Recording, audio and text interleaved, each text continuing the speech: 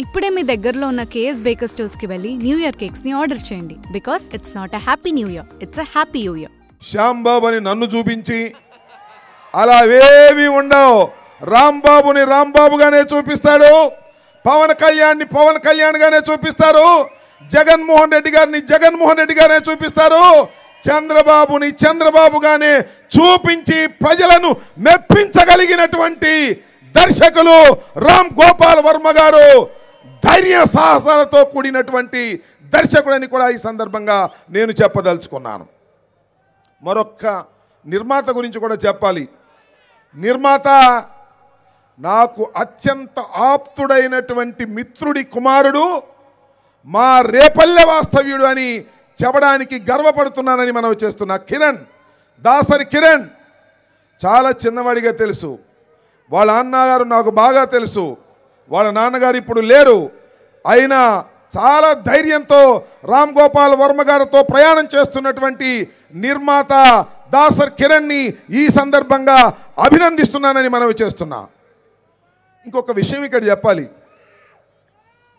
నేను రాజశేఖర రెడ్డి గారితోనూ సన్నిహితంగా ఉన్నా, జగన్మోహన్ రెడ్డి గారితోనూ సన్నిహితంగా నడుస్తున్నా, ఇద్దరిని దగ్గరగా చూశా.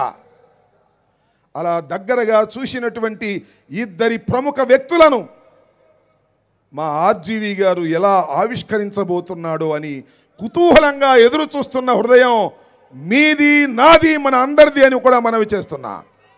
నేను ఒకటి అడుగుతానండి. ఈనాడు పత్రిక ఉంది, దానికి రామోజీరావు గారు అధిపతి. తెల్లారు లెగిస్తే ఏమి రాస్తాడు? జగన్మోహన్ రెడ్డి గారి గురించి దోపిడీ అని రాస్తాడు, రాక్షసుడని రాస్తాడు, హత్యలు చేసే వ్యక్తి అని రాస్తాడు, ఫ్యాక్షనిస్ట్ అని రాస్తాడు, పరిపాలన సరిగా లేదని రాస్తాడు. ఎవరి గురించి రాస్తాడు? జగన్మోహన్ రెడ్డి గురించి రాస్తాడు.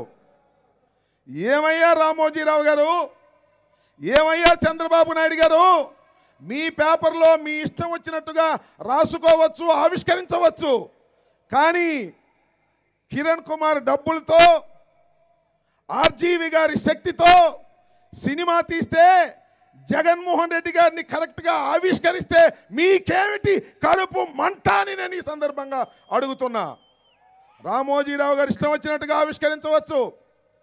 అలాగే రాధాకృష్ణ తెల్లారు లెగిస్తే పేపర్ ఉంది కదా అని మీ పత్రికల్లో మీరు ఇష్టం వచ్చినట్టుగా జగన్మోహన్ రెడ్డి గారిని ఆవిష్కరించవచ్చు, దుర్మార్గుడిగా ఆవిష్కరించవచ్చు. కానీ రామ్ గోపాల్ వర్మ గారు జగన్మోహన్ రెడ్డి గారిని ఉన్నది ఉన్నట్టుగా, చంద్రబాబుని ఉన్నది ఉన్నట్టుగా, లోకేష్ని ఉన్నది ఉన్నట్టుగా ఆవిష్కరిస్తే మీకేమిటయ్యా కడుపు మంట అని ఈ సందర్భంగా అడుగుతా ఉన్నా. దానికి లాజిక్ ఏమిటి, ధర్మం ఏమిటో ఒక్కసారి ఆలోచించవలసిందిగా ఈ రాష్ట్ర ప్రజానీకాన్ని అడుగుతున్నానని మనవి చేస్తున్నా. ఇవాళ చాలా సంతోషం. ఒక చిత్రాన్ని చిత్రంగా, వాస్తవానికి అతి దగ్గరగా ఇవాళ తీస్తున్నారు.